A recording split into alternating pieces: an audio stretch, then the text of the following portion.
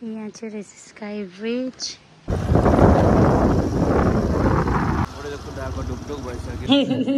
पुरै मन पर्यो मलाई स्काई ब्रिज हो। फोटो खिचेर गएर यहाँनिर बेबीले घर जुम जुम त्यस्तो देख्छ हो। Hello guys, welcome back to my channel. It's मेरो मिला खम्बुनी हो। आज चाहिँ हामीले यहाँनिर स्कुटीमा आएर भ्लग स्टार्ट गर्दैछ। हामी चाहिँ कहाँ गएको अरे बेबी? स्काई ब्रिज गएको हामी चाहिँ हो। अन्त अघि चाहिँ अफ रोडमा मैले कुदाएँ नि त। आज चाहिँ घरबाट कस्तो हुन्छ भनेर अन्त हामीले भिडियो बनाएन, किनभने भए म लडेँ भने पक्रिनुपर्छ भनेर चाहिँ। अन्त हामी यहाँनिर चाहिँ अहिले राम्रो मेन रोडमा निक्लेर भ्लग स्टार्ट गर्दैछ। एकदमै मजाको दिन भइरहेको छ। अब चाहिँ स्कुटी कुदाउँछु, यसले चाहिँ भ्लग गर्छ। हेर्दै गर्नु होला हाम्रो भिडियो। Stay tune guys.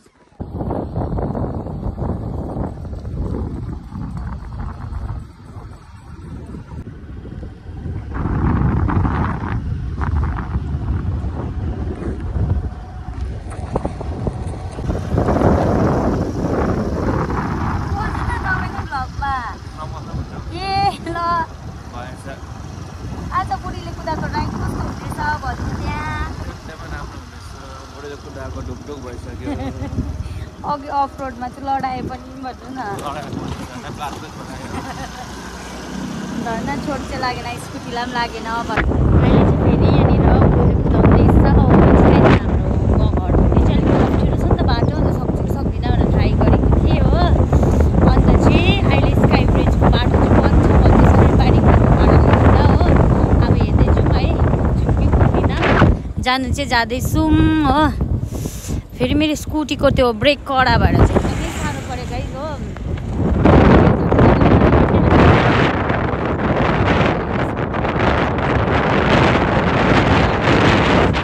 बिजनबारीको यहाँ बाटोबाट चाहिँ आधी बिचबाट नै यहाँनिर छुट्टिनु पर्दो रहेछ नि त स्काई ब्रिजको लागि चाहिँ हो। यहाँबाट अलग्गै बाटो रहेछ है। यहाँबाट चाहिँ यताबाट बिजनबारी, यहाँबाट चाहिँ स्काई ब्रिज जानुपर्ने रहेछ। हामी चाहिँ अब यहाँनिर अफ रोड पस्यो गाइज। यहाँ चाहिँ मजाले कोपीहरू रोपेको रहेछ। यस्तो मजाले भइरहेको रहेछ कोपी ब्रोकौली है। मेरो फेभरेट सब्जी चाहिँ यहाँतिर रहेछ नि त। जहाँबाट चाहिँ यताकोले चलाउँदो रहेछ।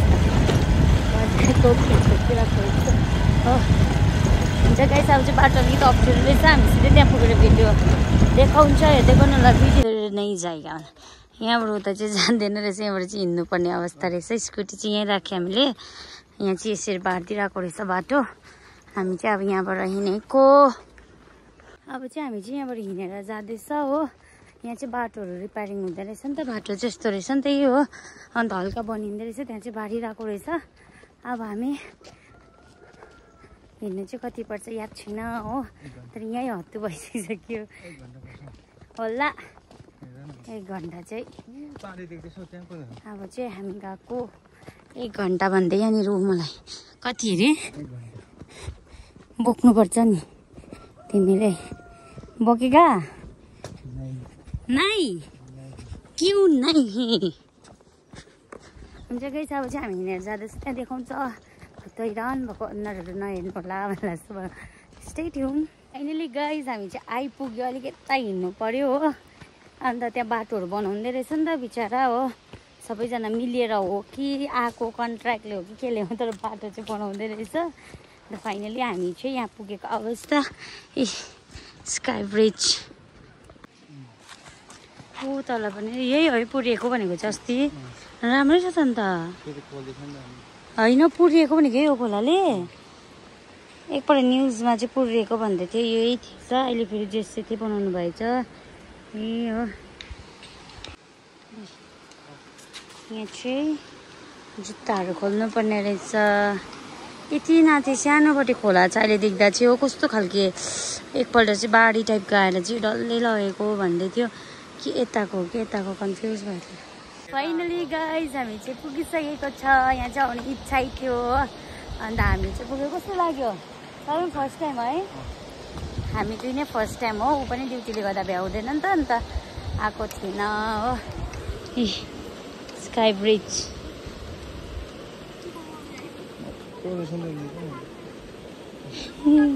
डर पनि त लाग्यो नि।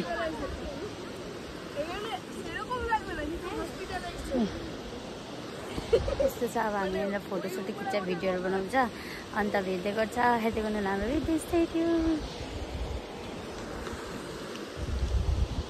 फाइनली गाइस पुरै मन पऱ्यो मलाई स्काई ब्रिजको फोटो खिच गरेर यहाँनिर बेबीले घर जुम भनिन्जाल भइसकिसक्यो यदि तपाईँहरू पनि आउनु मन छ भने आउँदा हुन्छ हो टाइम निकालेर आएकोखेर चाहिँ जाँदैन हामी हिँडेर आएर यहाँ आएर चाहिँ दुःखै सबै बिर्सिँदैछ फेरि हिँडेरै जानुपर्छ हल्का बाटो बनिँदै रहेछ बिजनबारीबाट आउने चाहिँ है बजारबाट आउने चाहिँ डाइरेक्ट गाडी आउँदै सुपर हेर्नु सक्नुहुन्छ तपाईँहरूले हो अब चाहिँ हामी यहाँबाट निक्लेको स्टेट हुन्छ जस्तो देख्छ हो यहाँ खोलामा कामहरू पनि गर्नु हुँदो रहेछ है त्यो सानो बढी खोला छ अहिले चाहिँ त्यो बेला चाहिँ कत्रो देख्थ्यो होला गाइजहरू हामी चाहिँ अब यहाँबाट हिँडेको तल ब्रिज पनि पुग्यो गरम चाहिँ यस्तो ज्यादा भयो हो हप अब यो बाटो फुल कम्प्लिट भयो भने चाहिँ दामी हुने रहेछ हो यहाँ चाहिँ यस्तो रहेछ नि त बनाउनुको लागि यहाँनिर मेटलहरू राखिरहेको छ हो भोलि दिनमा कम्प्लिट पनि हुन्छ होला मलाई चाहिँ एकदमै मन पर्यो अब हामी कहाँ जान्छ के गर्छ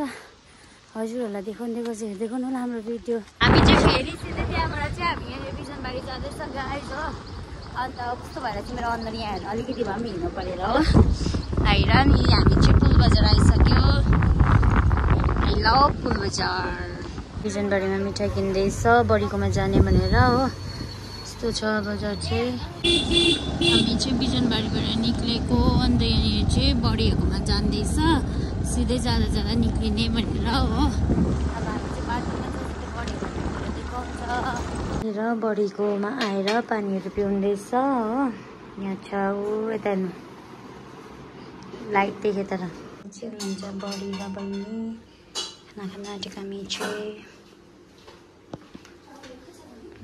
हेलो भनिदिनु न छिटो न यहाँ चाहिँ हामी चाहिँ यहाँ बडीहरूको घरमा छौँ हो बडीहरूको घर चाहिँ यहाँ यस्तो यहाँ माथिबाट चाहिँ निक्लिनुपर्छ अन्त हामी चाहिँ अहिले यहाँ आइरहेको छु बडीकोमा खानासाना खाएर बसिरहेको छौँ हो गफ गर्दै दाइले यहाँनिर बनाउँदै पनि रहेछ नि त त्यही हो निक्लेको अब चाहिँ हो यहाँ चाहिँ घर बनाउँदै रहेछ नि त बडीहरूले अनि त्यस्तो पालो छ अन्धकार भएको जस्तो हामी चाहिँ बडीको घरबाट निक्लेको हो खुसी लाग्यो बडीहरूलाई भेटेर हो ज्वाइन चाहिँ अल्छी लाग्यो अरे हो बाहिर बसिरह्यो हुन्छ अब हामी पुगेर देखाउँछ कता जान्छ के जान्छ सामानहरू खाँदै देखिसक्यो हालिसक्यो अब चाहिँ हामी गएको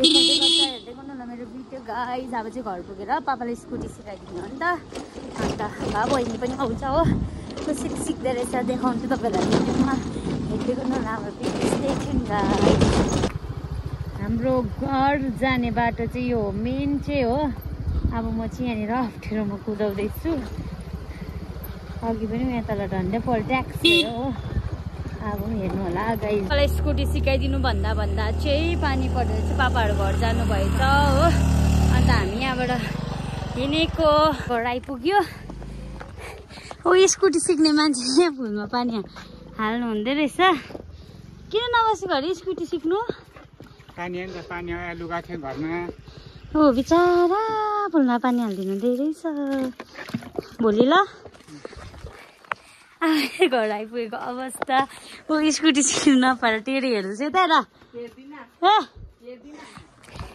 स्कुटी सिक्नु पाएन भनेर टेरी हेर्दैछ अब पानी पनि परेछ हामी छिटो आएको नि यतिको मैले भनेको पानी पर्दैन बस भनेर अन्त